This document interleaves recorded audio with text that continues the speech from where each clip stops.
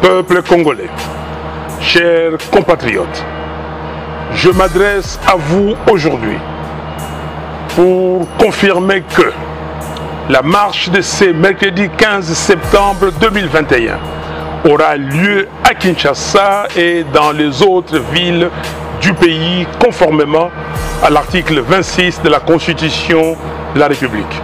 Marche wana ezali marche ya kosangisa frustration à société. Mutuna mutakoya na marche na marque na ye. De pèse bien que kufa nango et comment nango le pas tombeau vide. Ce qui a une la preuve de la démocratie. Ce qui est sûr que Martin Fayulu n'a pas la capacité à mobiliser Nenge Baloba. Bon abatika Martin Fayulu à sa marche. Batoka bamboso. Azalo quoi makuta. La valeur faciale, valeur ya kala. Azongi na scène politique. Quand le roi blague. Juste qu'à part ça, une promotion immoralité et on l'applaudit. Et puis il y aura Batala entouré avant. Ozu Mishiki, Ozu Steve Mbikai, Mishiki. Et là on est à ma béna ça a été. Vous pensez vraiment dans un pays sérieux un type comme ça on peut lui accorder autant de temps. Ce matin le but de la immoralité de Tchépémen. Ces gens-là, ceux qui on a balance, on a combien d'écrans. Bosso, quand après Azu par malchance a commis le président de l'Assemblée, ils veulent nous dompter. Tout le monde a le monde qui va congolais. Et les gens pensent, oh non, Bosso, il représente quoi? Nous avons un problème sérieux par rapport à l'intégrité territoriale et on veut nous emballer dans le débat inutile. Voilà pourquoi j'ai dit, la vraie question, c'est d'abord envoyer M. Félix Tshisekedi en retraite anticipée. Jean-Claude Van Damme, on a aventure. Donc, ce moutouma a une cabine, quelque part, il y a un investisseur. Mais moutouma, il y a tout ça, à Cambiste, il y a changer un investisseur. Il y a un domaine. Il y a tourner film, il y a du karaté. Il vient investir dans quel secteur? Si au moins vous arrêtez mon yére, le moins un petit peu service c'est l'ombre. Ça c'est quel raisonnement? Quand vous avez mais c'est quelle photo oh, mais ça c'est ridicule. Et c'est sur base de ça que M. Félix Tshisekedi doit être reconnu comme président. Quand vous avez une photo, Bambi mabanga ezali kisko moto eleki et Bambi eleki. Mususu elandi et Bambi ezali ba Bambi costume nanga ku na sala ngo mo afia et pasuki. Ba ko sa ngo peka na moto. Sincèrement. Boso bazaki de faire. Non, nanga na ku nanga bi madame. Wana penande sincèrement bonga we ya matanga. Pour nanga na supporter ngo jamais. Je ne pouvais pas réagir parce que baleki. Mais si j'étais en face, bazaki ka obligé à obonga. Ce qui nous a moi, aussi je vais réagir, c'est simple.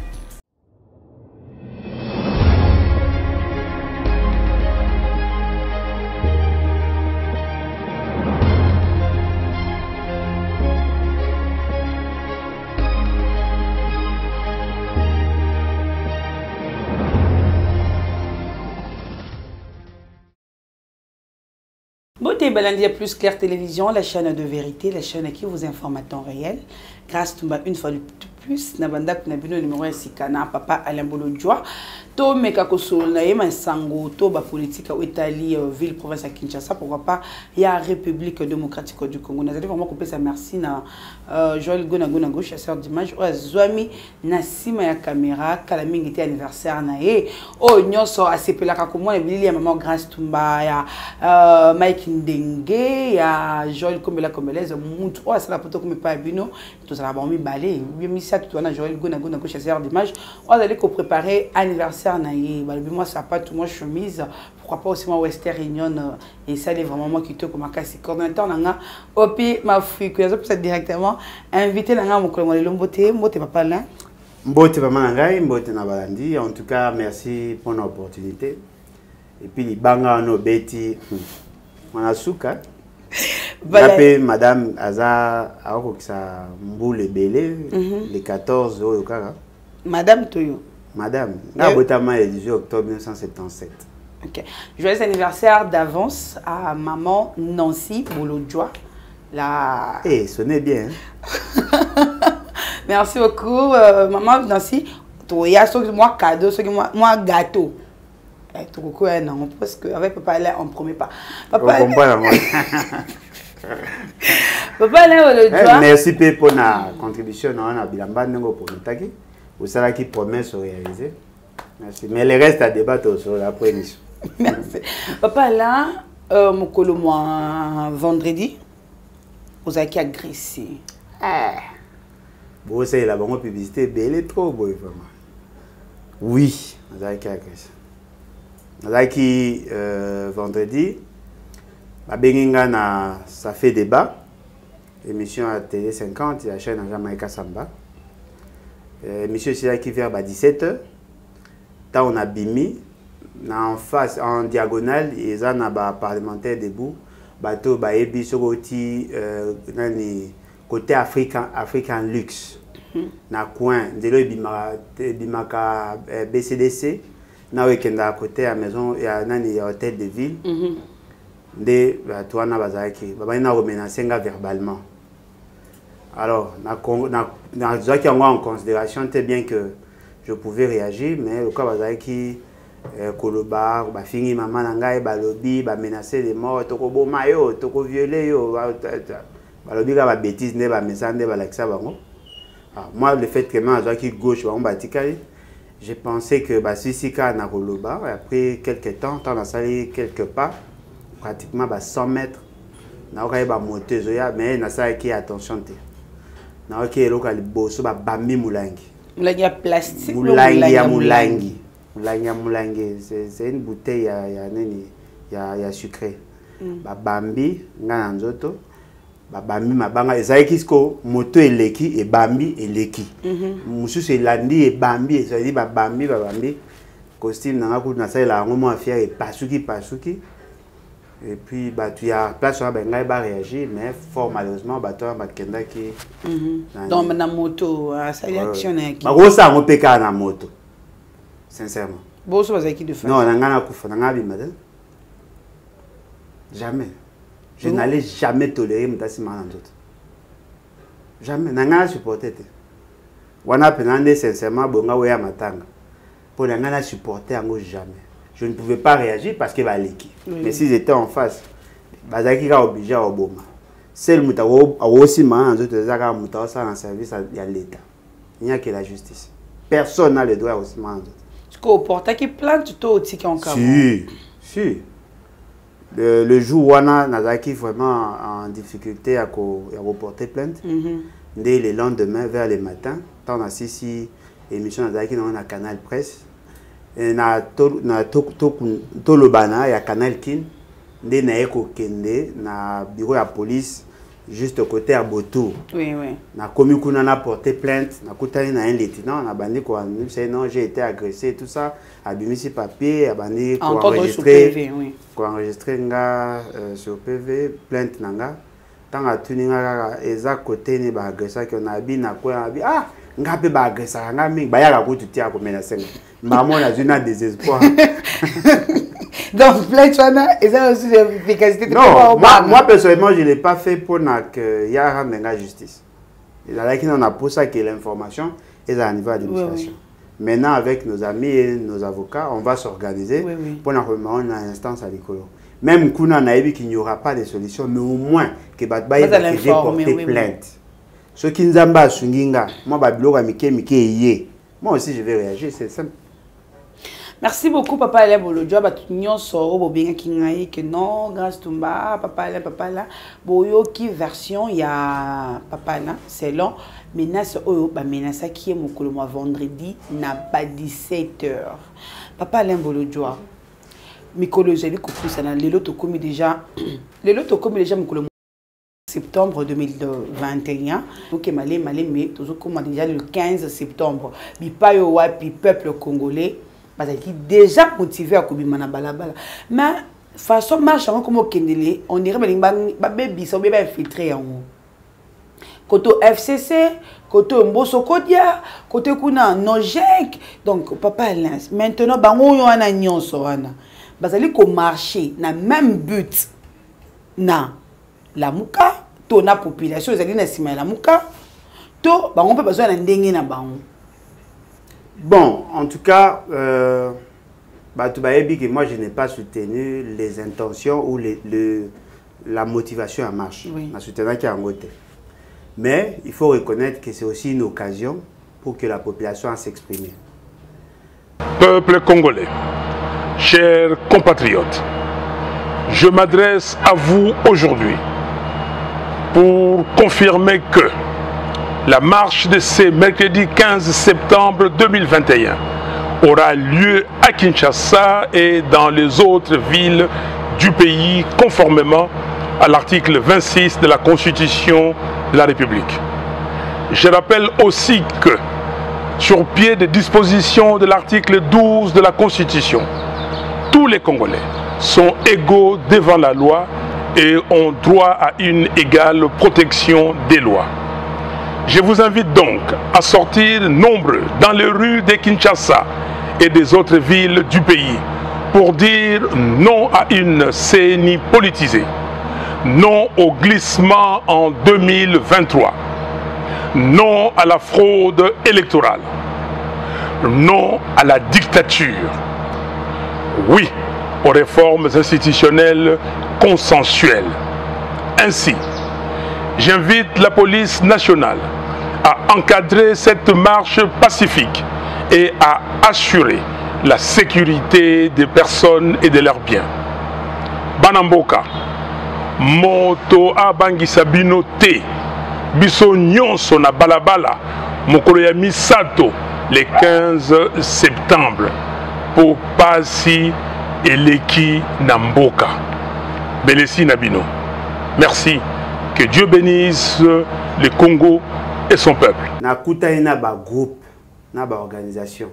Ba oya na marche te pour Fayulu la bengi, mais ba oya na marche pour balingi ba yebisa monsieur Félix que mbongo na bango ya ram azongisa. Nakuta ina ba olinga koya ko marcher pour na mai. Nakuta ina ba oya ko marcher pour na courant tout ça. Batu mususu ba yebisinga baza ko marcher, batu mususu ba yebisinga ke batu ba yebisi bango ba ko marcher pour na ba impayement. C'est-à-dire que marche wana ezali marche ya ko sangisa ba frustration à société. Mutu na mutakoya na marche na marge na ye. Et on a jamais posé question. Est-ce que bandeko na so la muka ba se préparer en conséquence pour na ko encadrer bato ba ko marcher? Parce qu'il y a plusieurs intentions. Batu ya FCC o to kuta ba on a débat baza ko benga batu ba ko soutenir marche pour na bango marche baza ko senga que marche ça la ba soutenir marche à la muka. Pourquoi? Parce que baza ko considérer que la loi sur l'élection et la loi portant organisation et fonctionnement à CENI c'est une mauvaise loi d'après bango. Mais ce fait c'est qu'il y a ça à forcing en leur imposant l'immoralité nenge ba oloba bango pe ba ngi pe ba marcher à leur manière. De l'autre côté, aujourd'hui, le produit, M. Mbosso, fort malheureusement, bien sûr. Parce que quand on arrive à clochardiser le peuple, et que il y a 2500, 2500, ce coquille, il a malé au rose, il a 2500. Les gens sont venus, mais il y a des comportements, attitudes, batu ba affiché ba yakite pona ko sepela ne lungi na ebe ko yoga mambalobi potanga lo ba fachi vous avez senti que bateau bazaki na mégaphone de balobi, mais le peuple ou la population n'avait pas cette philosophie. Le peuple était attiré par la part argent. Moi je pense que UDPS, bien que Koufa Nango et comment Nango le quoi tombeau vide, ce qui a ça la preuve de la démocratie. Ce qui est sûr que Martin Fayulu n'a pas la capacité à mobiliser Nenge Balobara. Bon, Batika Martin Fayulu à sa marche. Batika Pemboso, il n'est pas ça là, il marche. Nous avons la journée. Maman, Kinshasa, c'est ça mon nez. Nous pas la coin. Non, mais Kinshasa, c'est ça mon nez. Il y a des gens qui ont autant de Kinshasa mobilisé. Bolobi n'a vu ce que Martin Fayulu a mobilisé à Nachango. Botika ega sa marché tina changu isika kosuka na parler du peuple asuki. Mboso asa la marche na ye kobanda ya kobanda wutu waki. Kenge na yebu place wa banda te. Ya aba la parler de la nation. Hein? Aba parler de la banque centrale pour qu'on en déplace mon ebimara. Aba la banque centrale La banque centrale, non, mais il y a bon, député, après ça va 5 tonnes, tout ça. Mobilisation, il y a un bon côté. Na banque centrale, la commune a payé du peuple. En ce moment-là, on saura le peuple est derrière qui. Et qu'on a peu occasion à bien. Voyez-vous? Parce que au moins, batoka bamboso. Bon, na inga ina dur, mais na olongola, batbaza on a pire esprit. Azalo quoi Makuta. Makuta c'est quoi? Oui, bien, unité monétaire, Moya Kala. Oh, là, un Makuta. Ah, le Makuta, il y a un Makuta Sengi. Ah, le quoi, un Makuta, valeur faciale, valeur Moya Kala. Azongi, la scène politique, quand le roi blague. Elle s'est imposée plus. Comment tu peux pas plaindre? Non, Mazongi, pourquoi? Juste qu'à part ça, promotion et immoralité, et on l'applaudit. Et les gens le trouvent aussi sérieux. Et bah, on ne peut non. Et puis il y aura Batala entouré d'avant. Aujourd'hui, bah, Michiki, aujourd'hui, bah, Steve Bigai.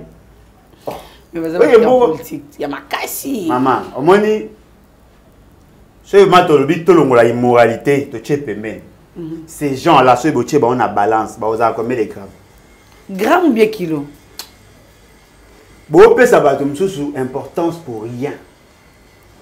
Seule chose, c'est le fait que le journaliste les accepte à la télé. Ils n'ont rien fait. Est-ce qu'il y a dit que Steve Mbikai, tant que ça inondation de na sud Bangi, na ville il y a Zongo, na Équateur, na Grand Équateur, en face à RCA. Il y a une inondation, on lui a donné le moyen de l'État pour aller assister un bateau sinistré. Mais qui est Asani.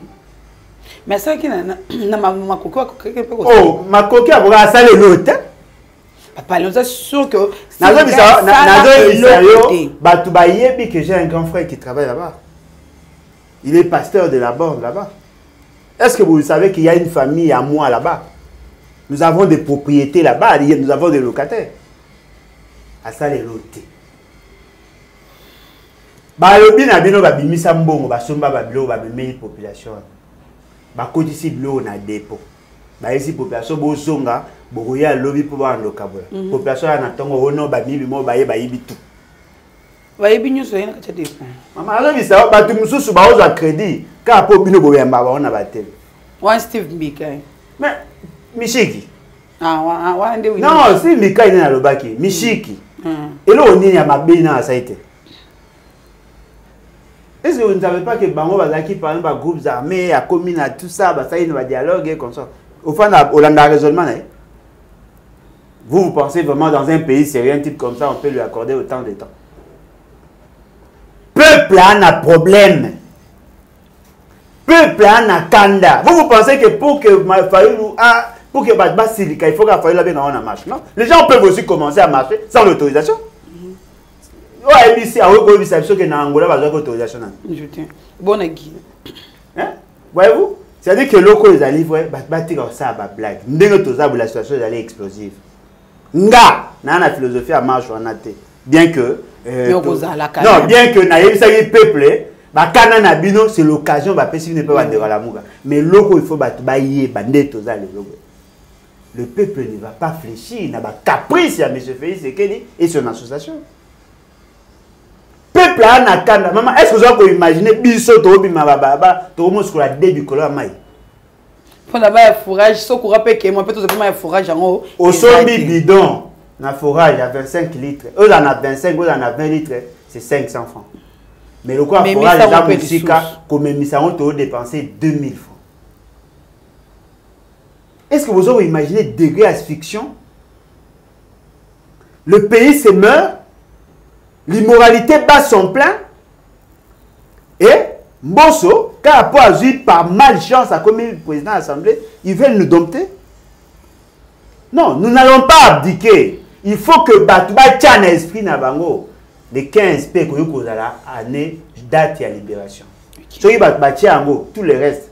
Et ça va matabis bochon mupandi. Et là les alliés voient que na CPA qui n'a raison, ça qui marche, mais ce qui est aussi vrai. ce n'est pas interdit d'en profiter pour faire passer un autre message. Voilà. Merci beaucoup, Papa Alain Bolodjoa. Après 100 en voyage, enfin, un investisseur a une Congo, Jean-Claude Van Damme. Aïe na domaine. Aïe retourner filmer. Aïe ko la tout karaté. Il vient investir dans quel secteur? Tout est barapete. C'est quelque chose avec ça. Non, c'est comme ça. Bombi déjà. Pourquoi que non investisseur de Yéwanaï? Tout le monde va foutre tant pour la kilo. Aïe. Ou bien Koya. Oh. Mais il y a déjà des photos donc, qui prouvent déjà que Kalaming Tabakoulouza en Zilazal Azoya. Et en plus, c'est un Congolais, c'est l'un Bango. Parce qu'il est né à Likasi. Maman, moi, si au moins Moutarati Moniere, le Moué Moniere, au moins un super service, c'est l'ongwa.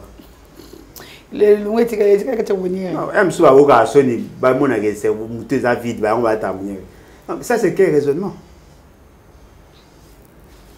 Papa Kouloutou, il y a Nani Jean-Claude Van Damme. Avant d'aller au ça, il y a Jekami. Yé abotama awa. Tama abotami à Longwe Akei, mais c'est un Belge. La chariot nationalité à comment américain. La loi Nabiso, non il y a 2004, et bien même il y a avant. Ce n'est pas par le fait que Botama a automatiquement au premier Congolais, non. Il faut atteindre l'âge de maturation pour déclarer la nationalité. Ce n'est pas par le fait que Botama, nous ne sommes pas américains.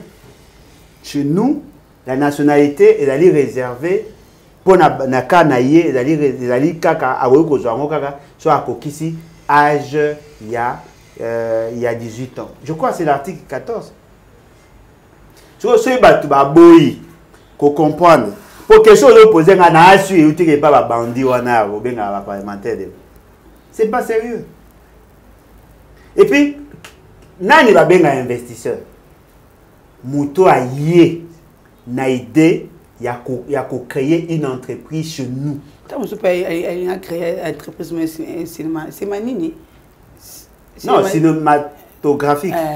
Bon, bien sûr, mais à Ayant. Bon, le bataille a la potentiel investisseur. Il n'est pas investisseur. Il a créé quoi? A du document. Oh, papa. Moi, tu as signé des macam. Non, mais c'est ça. Monsieur Félix, non, attendez. Monsieur Félix, c'est qu'il confond. Enfin, voyage, je m'en connais et beau fruit. Jean-Claude Van Damme. Oh.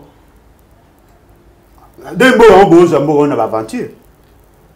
Donc, ce mouton, il y a une cabine, il y a quelque part, il y a un investisseur. Deux moutons, il y a tout ça, à Cambis, il y a changer, il y a un investisseur.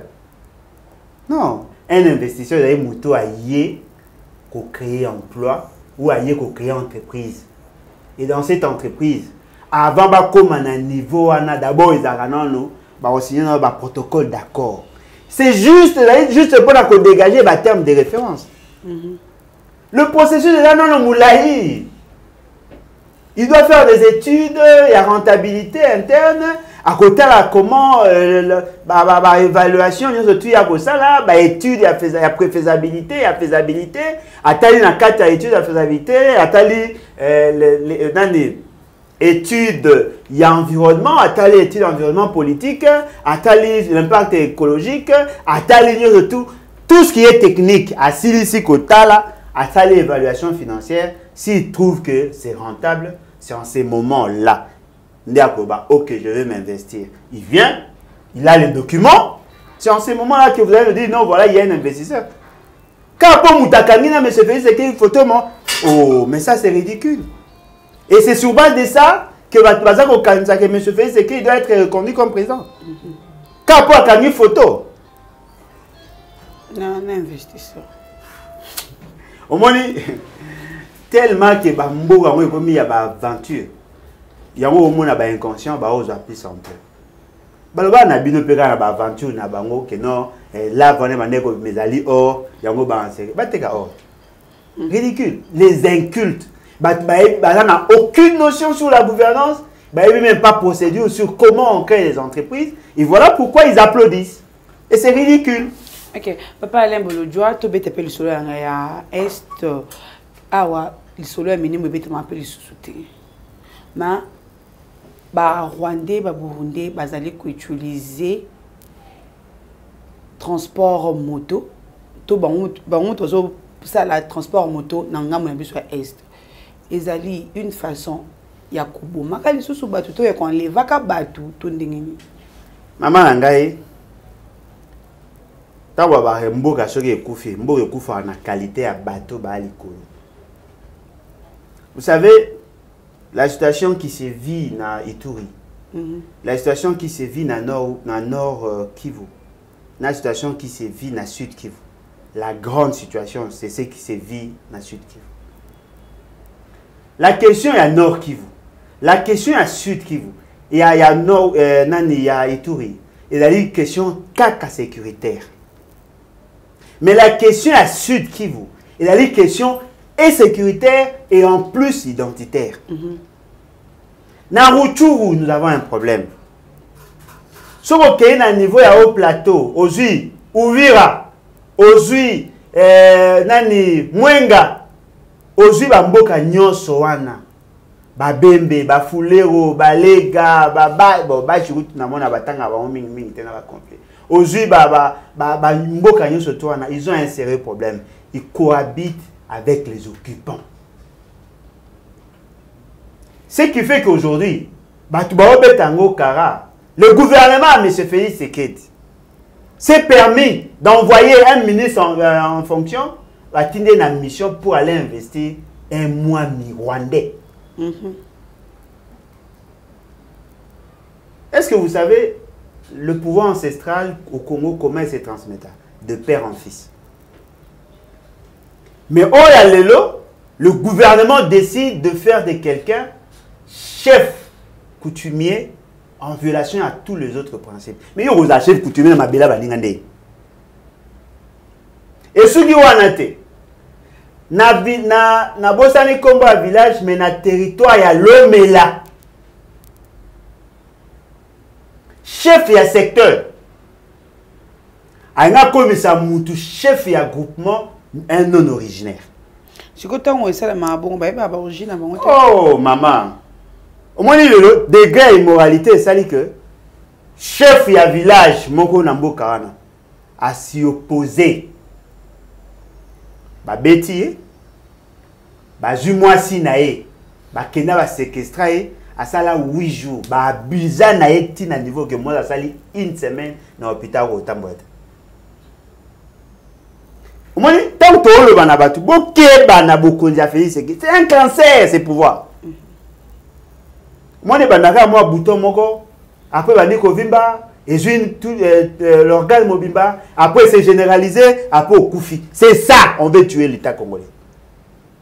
Mboga na biso ba wande ba okota ba obima. Mboga na biso ba osa atana winde moi hors. On a fait le but ça le recensement non mais maman, recensement qui a refusé? On a refusé le recensement. Mais recensement oui. Mais si vous nous dites que le Banyamuleng va congolais, vous recensez Bangote. Vous recensez. Vous avez une catégorie. Mais si vous avez que tu as un problème, tu as un droit à la nationalité, na biso boité. Ou à l'ingé que la nationalité, a la demande. Il y a habité, Banyamuleng va congolais. Na calcul naé. Le quoi bazaba congolais tant on s'assure que non ba pesaka bango nationalité par Mobutu en 1971 ou 72 calcul naé maza ko yeba te que quand on vous donne la nationalité il a dit que vous avez une nationalité par acquisition, ça fait de vous des naturalisés congolais. Donc vous n'avez pas le droit sur le sol, vous avez une nationalité acquise sur la procédure administrative. Et donc, vous avez des droits limités. Un naturalisé ne peut pas être chef coutumier. Non. Un naturalisé n'a de droit que ce que la Constitution ou la loi lui confère. Mais un Congolais d'origine a des droits au-delà de la Constitution. Parce qu'il a les copropriétaires de l'État. Comme ça un étranger comme un chef coutumier. Et quand on a vu ça au ville, va manifester, vous envoyez la police pour les traquer. Comme on menaçait Batou. Et on a toujours dit, Attention, M. Félix Tshisekedi, Papa Ngwana a des raisons. Il vient légitimer leur procédure. Nous avons un débat sur la question à Minembwe.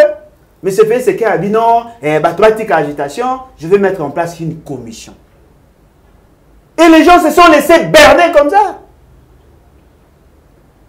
Commission, on va pas.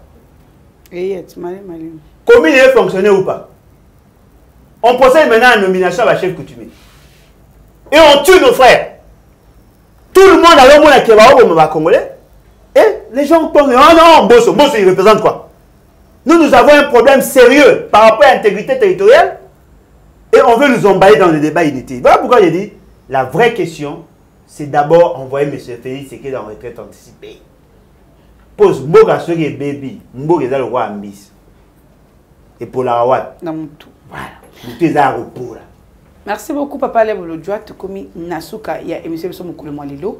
Toi, la Kanana, abonné à la plus claire télévision. Numéro de téléphone, on a coupé ça, tout nous sur le carreau. Naïna peuple congolais d'ici et d'ailleurs. Le combat que nous menons est un combat à dignité. Voyez-vous?